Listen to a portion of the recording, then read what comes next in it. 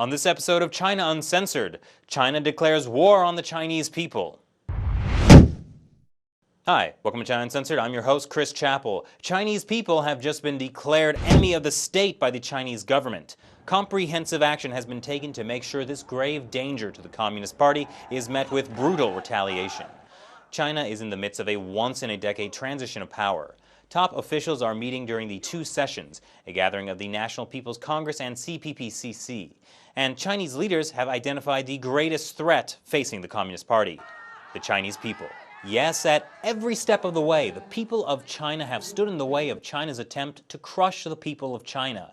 They get upset if officials try to forcefully demolish their homes. They get upset when officials force them to have abortions or sterilizations. They even get upset when family members of officials try to gang rape their daughters. When the CCP invest billions of dollars into great public works like the Great Firewall of China, they just break through it and get on subversive websites like YouTube. That's money wasted officials could have used to buy American real estate.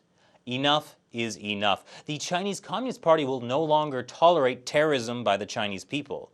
That's why they've declared war on China. A budget has been proposed for China's Ministry of Public Security of $124 billion to fight Chinese citizens in the war for China. For the third year in a row, they're getting more money than the People's Liberation Army gets, this time about $10 billion more.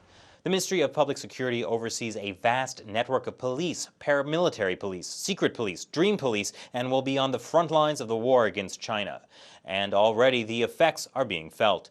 Here in Shangpu Village, Guangdong Province, residents blockaded the central square in the beginning of March after protests against their local party chief Li Baoyu, who maybe was selling off large plots of their farmland to his developer friends. They were calling for democratic elections, but too bad for them, you can't own guns in China.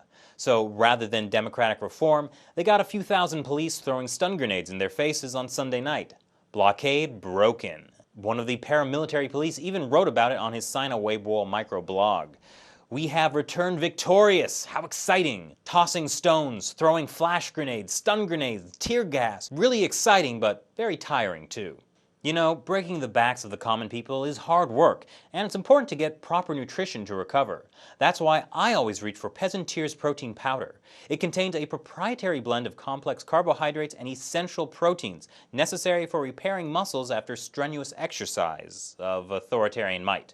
Just add 1 scoop to an 8-ounce glass of Peasant Tears and taste the red.